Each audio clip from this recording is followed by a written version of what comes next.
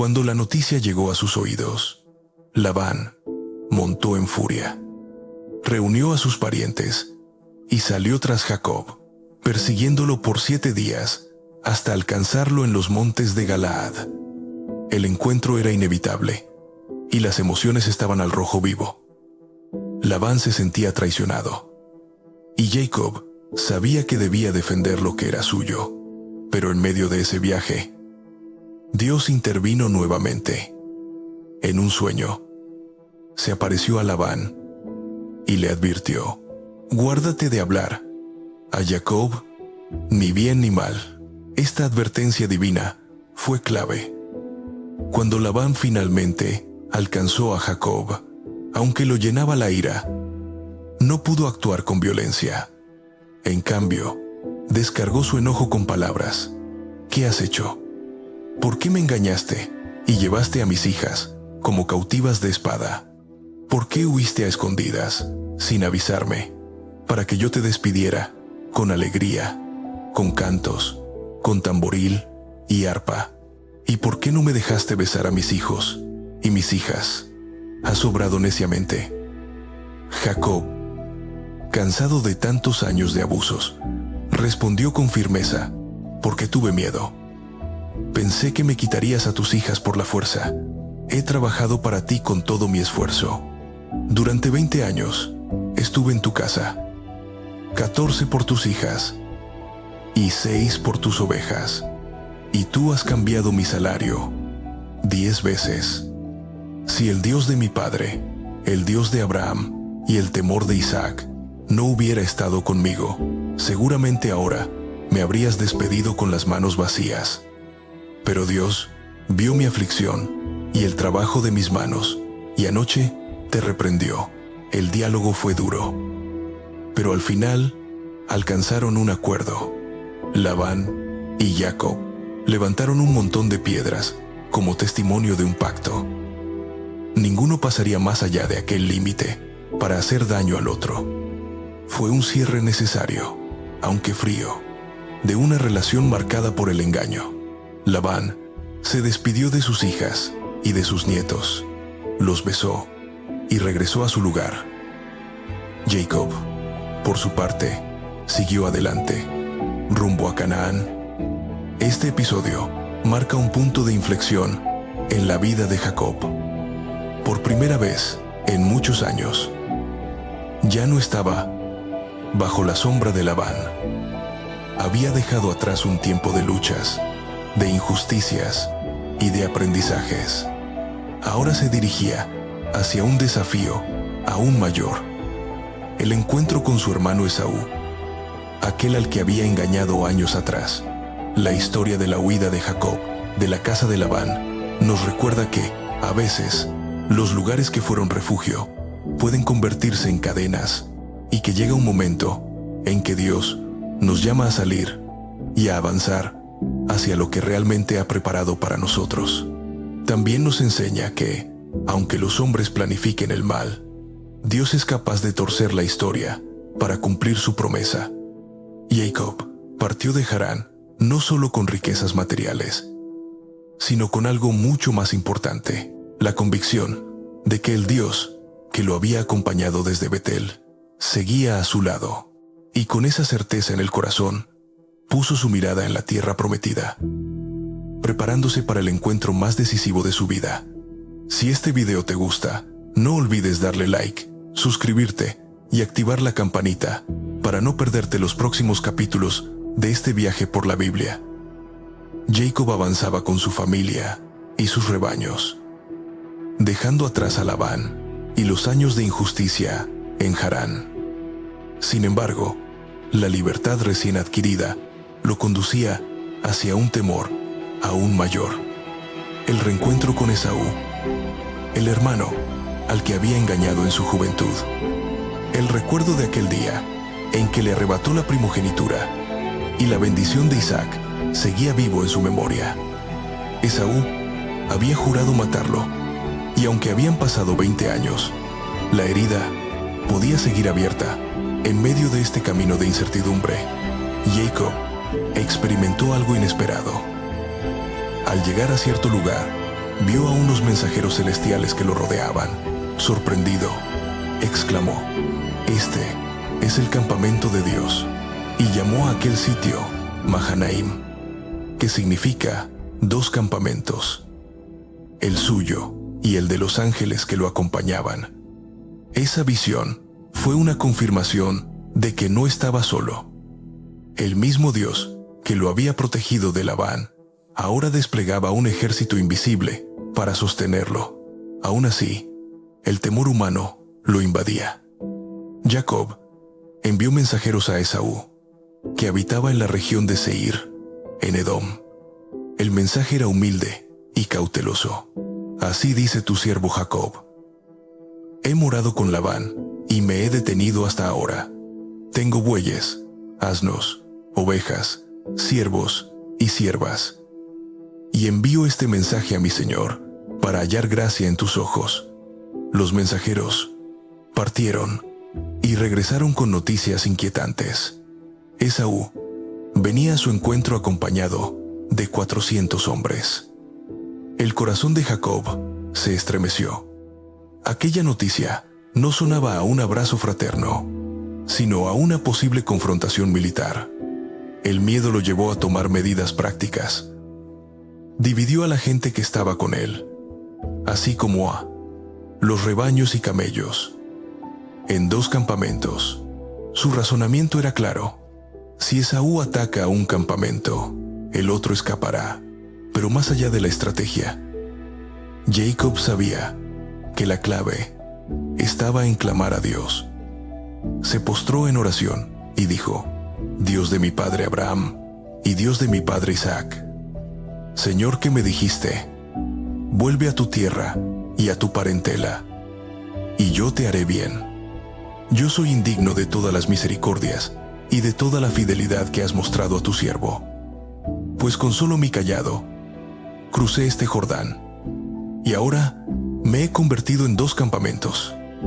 Líbrame, te ruego, de la mano de mi hermano, de la mano de Esaú, porque le temo, no sea que venga y me hiera, madre con hijos. Y tú dijiste: de cierto te haré bien, y tu descendencia será como la arena del mar, que no se puede contar por la multitud». Esa oración revela un corazón transformado. Jacob ya no confiaba solo en su astucia, como lo había hecho en su juventud. Reconocía su indignidad y su dependencia total de Dios. Lo que pedía no era simplemente salvar sus bienes, sino la preservación de la promesa. Consciente de la necesidad de apaciguar a su hermano, Jacob preparó un regalo impresionante. Separó parte de su ganado: 200 cabras, 20 machos cabríos, 200 ovejas, 20 carneros, 30 camellas con sus crías, 40 vacas, 10 novillos, 20 asnas y 10 borricos. Cada grupo fue puesto bajo el cuidado de siervos que debían adelantarse en caravanas sucesivas. Las instrucciones fueron claras: cuando Esaú, mi hermano, te encuentre y te pregunte: ¿de quién eres y a dónde vas?, responderás: es un regalo de tu siervo Jacob para mi señor Esaú, y él mismo viene detrás de nosotros. La estrategia no era solo logística, sino emocional. Jacob buscaba suavizar el corazón de Esaú con una muestra de respeto y abundancia. Era, de alguna manera, una restitución simbólica por lo que le había arrebatado años atrás. A medida que el día se acercaba a su fin, Jacob organizó todo. Envió a los presentes por delante, cruzó a su familia y los bienes más preciados, y se quedó solo. En la noche, ese momento de soledad sería el preludio de un encuentro aún más profundo. No con Esaú, sino con Dios mismo. El contraste es notable. Por un lado, la tensión de un encuentro humano, marcado por el pasado y la posible violencia. Por el otro, la preparación espiritual de un hombre que, Finalmente, aprende a depender del Señor. El Jacob, que había huido temeroso de Canaán, ahora regresaba con riquezas, pero más aún, con una fe que lo empujaba a clamar y confiar. La preparación para encontrarse con Esaú nos habla de la importancia de enfrentar el pasado. Jacob no podía avanzar hacia el futuro sin antes reconciliarse con la sombra de su hermano.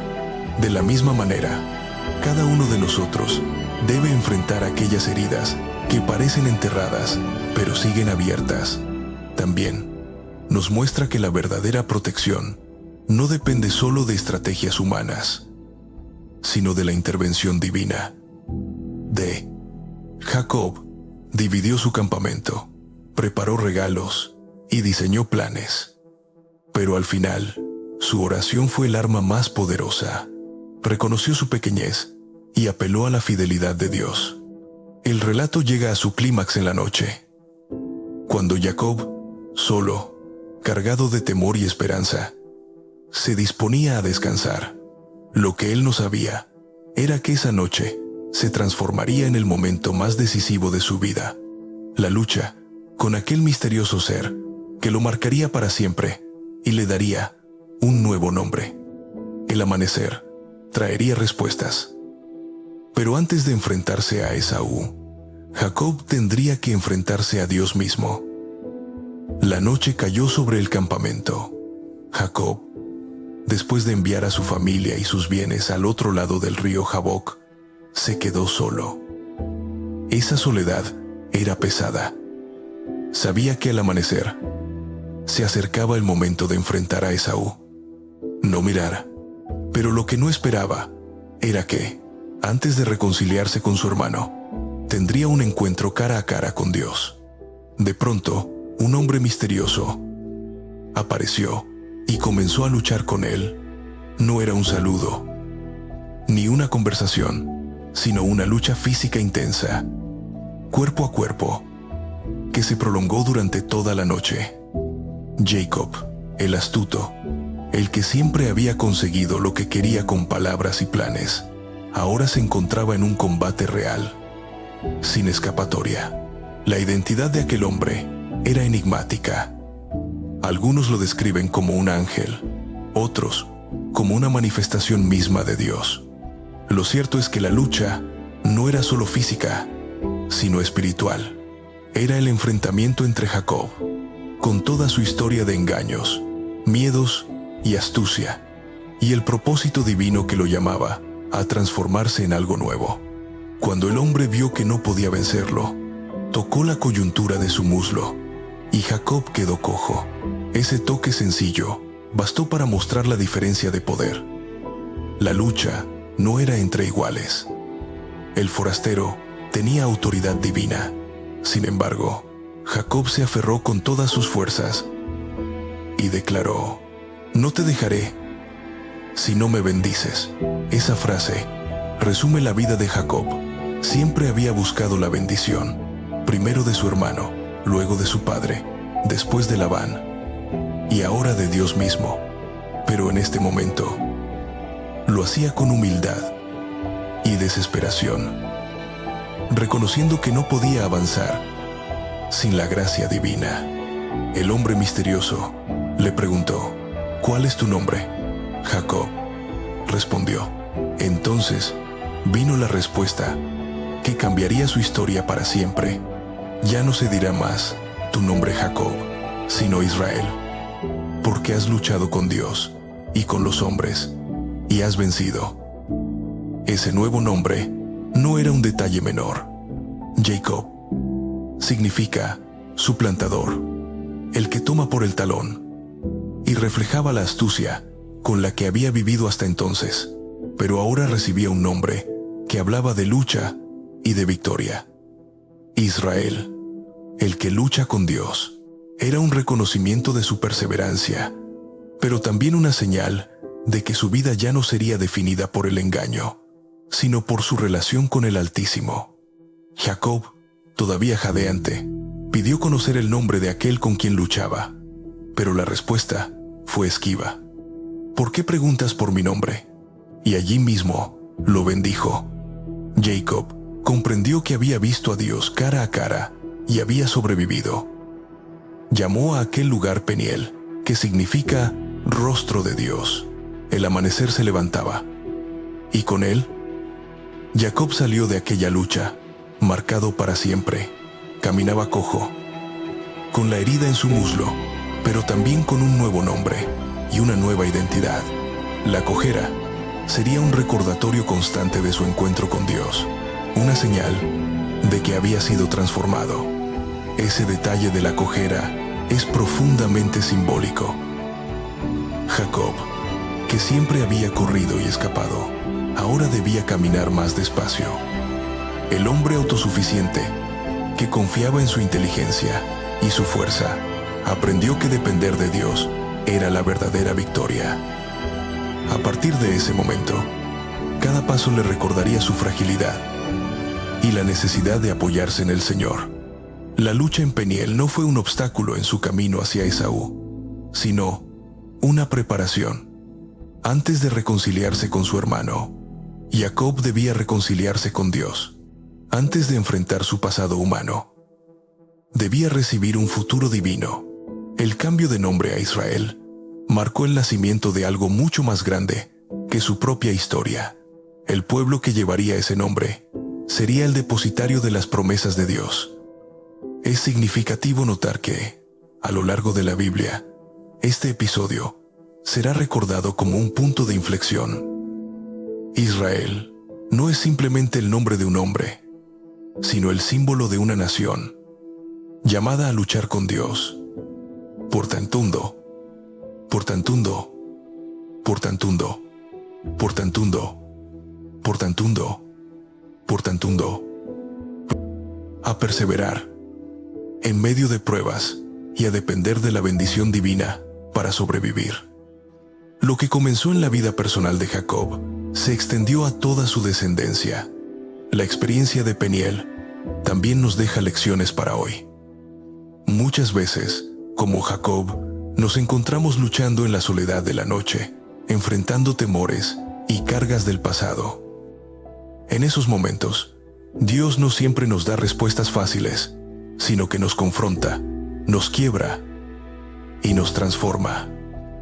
La verdadera bendición no se obtiene con la astucia ni con la fuerza humana, sino con la dependencia total de Él.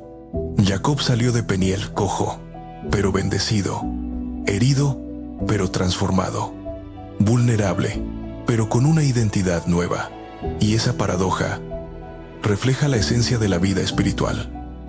A veces, es en la debilidad donde se manifiesta la verdadera fuerza. Cuando el sol salió sobre él, Jacob caminaba lentamente, apoyado en su bastón, con el campamento esperando, y Esaú acercándose. El futuro era incierto, pero su interior había cambiado. Ya no era el mismo hombre que huyó 20 años atrás. Tonten Mayan, el rostro de Dios, lo había marcado para siempre. Y el nuevo nombre, Israel, lo impulsaba hacia un destino que trascendía su propia vida. El amanecer iluminaba los valles de Galaad, y Jacob, ahora Israel, avanzaba con paso lento, pero decidido. Su cojera era evidente, recuerdo de la lucha en Peniel, pero en su corazón ardía una nueva convicción. Dios estaba con él. Sin embargo, la noticia seguía pesando. Esaú venía hacia él con 400 hombres. El reencuentro podía ser tanto la reconciliación como el desastre. Jacob no dejó nada al azar. Organizó a su familia en grupos. Primero, las siervas con sus hijos. Luego, Lea con los suyos. Y finalmente Raquel con José.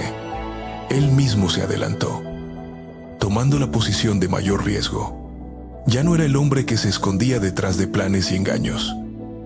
Ahora se exponía como líder, dispuesto a enfrentar las consecuencias de su pasado. Simo, al ver acercarse a Esaú, Jacob se inclinó en tierra 7 veces mientras avanzaba. Era un gesto de profundo respeto y humildad. Una manera de reconocer que ya no venía como el astuto que había tomado lo que no le correspondía, sino como un hermano que buscaba paz. Cada inclinación era una confesión silenciosa. Soy culpable, pero también transformado. La tensión del momento era indescriptible. Los 400 hombres de Esaú podían significar un ejército presto a atacar. Las esposas y los hijos de Jacob miraban con temor desde la distancia. Todo parecía pender de un hilo. Pero entonces ocurrió lo inesperado. Esaú, en lugar de desenvainar la espada, corrió hacia Jacob, lo abrazó, se echó sobre su cuello y lo besó. Ambos lloraron juntos, en un encuentro que parecía imposible. El odio que había alimentado Esaú en el pasado se había desvanecido. El reencuentro no fue guerra, sino reconciliación. Ese abrazo cambió el destino de la familia. Jacob presentó a sus esposas y a sus hijos, y cada uno se inclinó ante Esaú. Luego vinieron los presentes, los rebaños que Jacob había enviado por delante como ofrenda. Esaú, sin embargo, trató de rechazarlos, diciendo: «Tengo suficiente, hermano mío, sea para ti lo que es tuyo». Pero Jacob insistió: «No, te ruego, si he hallado gracia en tus ojos, acepta mi presente de mi mano, pues he visto tu rostro como si hubiera visto el rostro de Dios, y me has recibido con benevolencia. Toma, pues, mi bendición que te he traído, porque Dios me ha hecho merced, y todo lo que hay aquí es mío». Al final, Esaú aceptó el regalo. Este gesto era más que una transacción. Era un símbolo de reconciliación, una manera de restituir lo que había sido arrebatado años atrás. Jacob entendía que no podía borrar el pasado, pero sí podía reconocerlo y ofrecer algo en señal de paz. Esaú invitó a Jacob a continuar juntos hacia Seir, pero Jacob, con prudencia, respondió que el ritmo de sus rebaños y sus niños era lento. Prometió alcanzarlo más tarde. Aunque finalmente tomó otro rumbo hacia Sucot y luego a Siquem. Esta decisión refleja la tensión entre reconciliación y prudencia. Jacob reconocía la importancia del reencuentro, pero también sabía que no podía depender por completo de Esaú. El relato de este reencuentro es uno de los momentos más emotivos de todo el Génesis. Dos hermanos, separados por el engaño y el odio, se abrazan en lágrimas. El Jacob temeroso, marcado por su pasado, es recibido con misericordia. Y Esaú, que había jurado venganza, muestra un corazón dispuesto a perdonar. El trasfondo espiritual es profundo. Antes de reconciliarse con su hermano, Jacob tuvo que reconciliarse con Dios en Peniel. Ese orden es clave.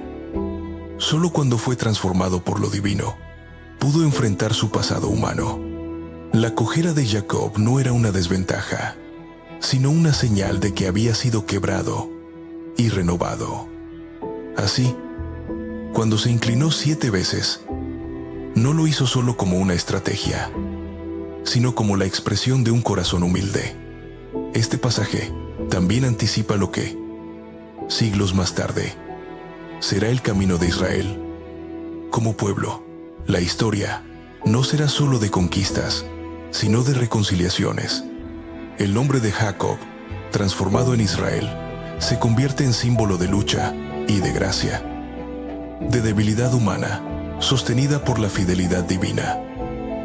En lo personal, el reencuentro nos enseña que es posible enfrentar el pasado y hallar paz. Esaú no tenía razones para perdonar, pero lo hizo.